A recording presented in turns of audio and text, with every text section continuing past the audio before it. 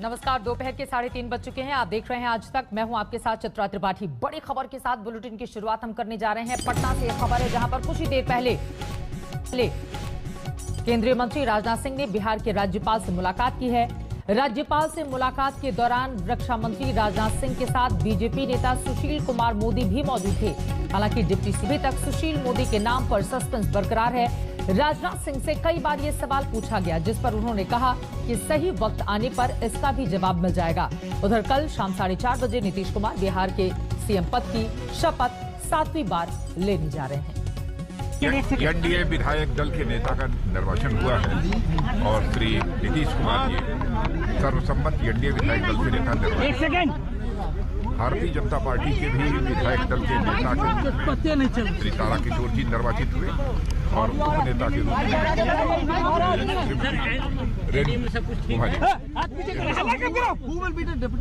अब वो फैसला जब होगा तो आपको जानकारी इसकी मिल जाएगी।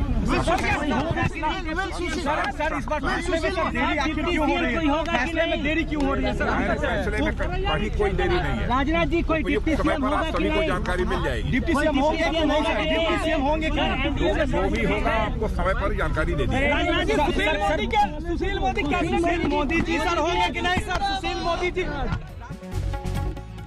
राजनाथ सिंह के लिए मुश्किल हो रहा था इस सवाल का जवाब देना, क्योंकि ठीक दाहिनी तरफ सुशील कुमार मोदी मौजूद थे, जो कि अब तक बिहार बीजेपी में जितनी बार सरकार बनी वही डिप्टी सीएम बनते रहे हैं। ऐसे में क्या इस बार चेहरा बदल देगी बीजेपी? ये अपने आप में बड़ा सवाल है। उधर नीतीश कुमार के नाम पर मुहर लग गई है, लेकिन डिप्टी सीएम पर, जैसा कि राजनाथ सिंह के जवाब से आपने सुना, सस्पेंस लगातार बना हुआ है।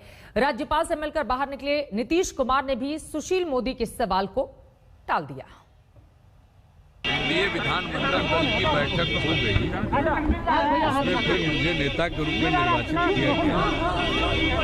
महामहिम राज्यपाल महोदय को उसका पत्र आज अभी दे दिया गया और उन्होंने इसको स्वीकार करते हुए मुख्यमंत्री के रूप में मनोनीत कर दिया। इसके बाद हम लोग बैठकर कल शपथ ग्रहण समारोह होगा, कल 4 साढ़े 4 बजे, जो भी होगा आफ्टरनून में होगा। और उसके बारे में कितने लोग शपथ लेंगे, इन सब चीजों के बारे में अब निर्णय होगा। सुशील मोदी भी शपथ लेंगे? सब अभी कुछ देर के बाद पता चलेगा। तो डिप्टी सीएम के सवाल को टाल गए नीतीश कुमार। वैसे आपको बता दें, 243 सदस्य विधानसभा में 15% मंत्री हो सकते हैं, यानी कि कुल 36। माने यही जा रहा है कि इसमें बीजेपी की भूमिका इस बार मंत्रिमंडल में कहीं ज्यादा बड़े भाई के तौर पर दिखेगी।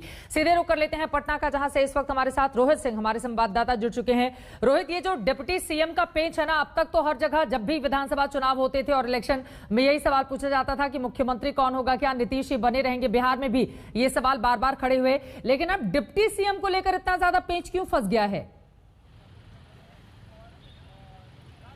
ये देखिए, साफ बात है, 2005 से लेकर 2020 तक जो नीतीश मोदी की जोड़ी थी वही सब बिहार में सरकार का नेतृत्व कर रही थी। लेकिन इस बार बीजेपी जिस तरीके से ज़्यादा सीटें जीत कर आई हैं, जेडीयू से 74 सीटें, उसके बाद अब ऐसा लगता है कि सुशील मोदी का डिप्टी सीएम फिर से बनना उनके लिए मुश्किल है। इस बार सस्पेंस भी इस पर है, कोई कुछ भी साफ बोलने को तैयार नहीं है, चाहे वो गृह मंत्री राजनाथ सिंह हो या फिर नीतीश कुमार खुद, क्योंकि इस पर कोई अपनी स्थिति स्पष्ट करने को तैयार नहीं है कि क्या सुशील मोदी उप मुख्यमंत्री पद की शपथ लेंगे या फिर नहीं लेंगे।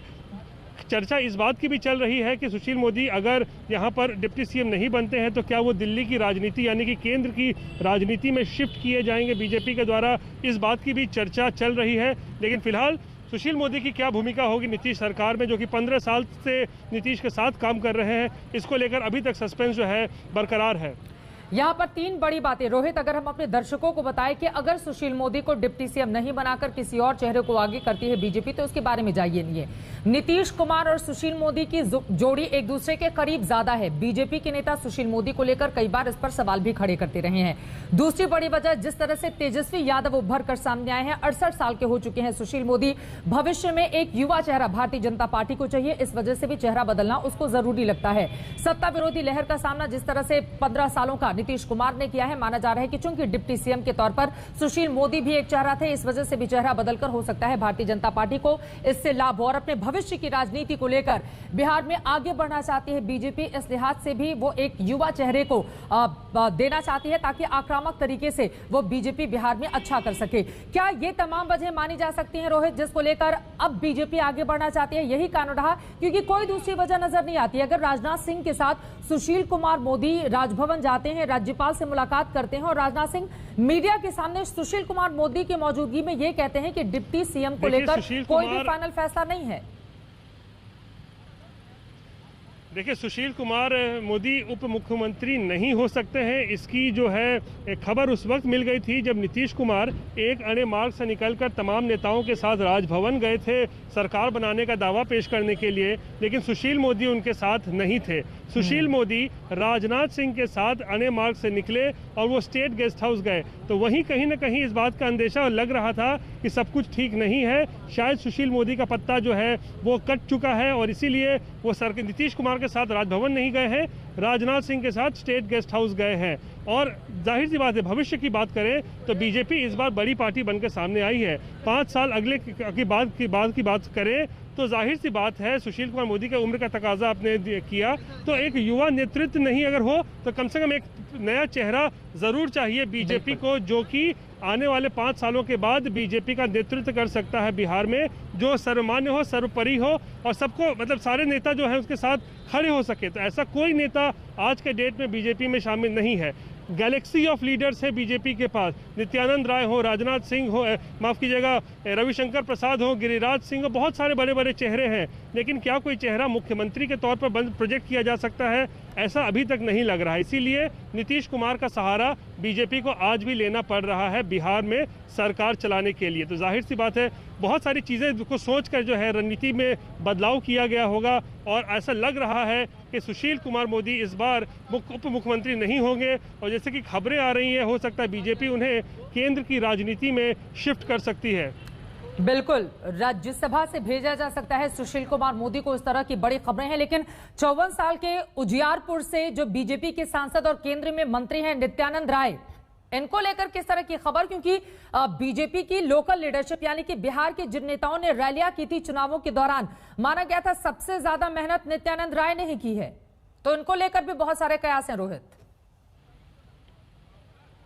ये देखिए, अगर नित्यानंद राय की बात करें तो उन्हें माना जा रहा था 2019 के लोकसभा चुनाव जैसे ही खत्म हुए थे, बीजेपी को जीत मिली थी, उसके बाद नित्यानंद राय को गृह राज्य मंत्री बनाया गया था, तो उस समय लगा कि बीजेपी ने 2020 विधानसभा चुनाव की तैयारी कर दी है और कहीं ना कहीं गृह राज्य मंत्री के तौर पर नित्यानंद राय को एडमिनिस्ट्रेशन के जो है उनको गुर सिखाए जा रहे होंगे, इस बात की जानकारी मिली। लेकिन जैसे जैसे बीजेपी महाराष्ट्र में चुनाव हारी, उसके बाद हरियाणा में मुश्किल से सरकार बनाई, झारखंड में चुनाव हार गई बीजेपी, उसके बाद कहीं ना कहीं बीजेपी जो है उसको अविश्वास हो गया, उसमें कॉन्फिडेंस नहीं रहा और इसीलिए एक बार फिर से नीतीश कुमार पर ही भरोसा करना पड़ा इन चुनाव में और नीतीश कुमार को ही मुख्यमंत्री देखना चाहती है। नित्यानंद राय ओबीसी नेता है, यादव है, तो कहीं ना कहीं फायदा होता है। डिप्टी सीएम के तौर पर मुख्यमंत्री का सवाल तो रोहित अब खत्म हो गया। डिप्टी सीएम के तौर पर चूंकि अगर 3 नाम बता सका हमारे दर्शकों को कि अगर सुशील मोदी को ये जिम्मेदारी नहीं दी जा सकती है तो वो कौन कौन से चेहरे हैं जिनके नाम पर मुहर लग सकती है, उनमें 3 नाम जो इस रेस में सबसे आगे चल रहे हैं। ये देखिए, नित्यानंद राय जरूर एक चेहरा हो सकता है, एक नाम हो सकता है, क्योंकि जैसे बताया ओबीसी से समाज से आते हैं, यादव नेता हैं और हमेशा बीजेपी के पुराने नेता रहे हैं, कद्दावर नेता भी हैं, तो वो एक नाम हो सकता है। तारकिशोर प्रसाद जो है विधानसभा विधायक दल के जिन्हें नेता चुना गया है, उनका नाम भी चल रहा है कि क्या उन्हें जो है उप मुख्यमंत्री बनाया जा सकता है। तो ऐसे 1-2 नाम जो है वो चल रहे हैं, कयास लगाए जा रहे हैं, लेकिन अभी तक सीधे पक्के तौर पे अभी तक नहीं जानकारी आई है कि इस बार नीतीश कुमार के डिप्टी के तौर पर कौन काम करेगा सरकार में।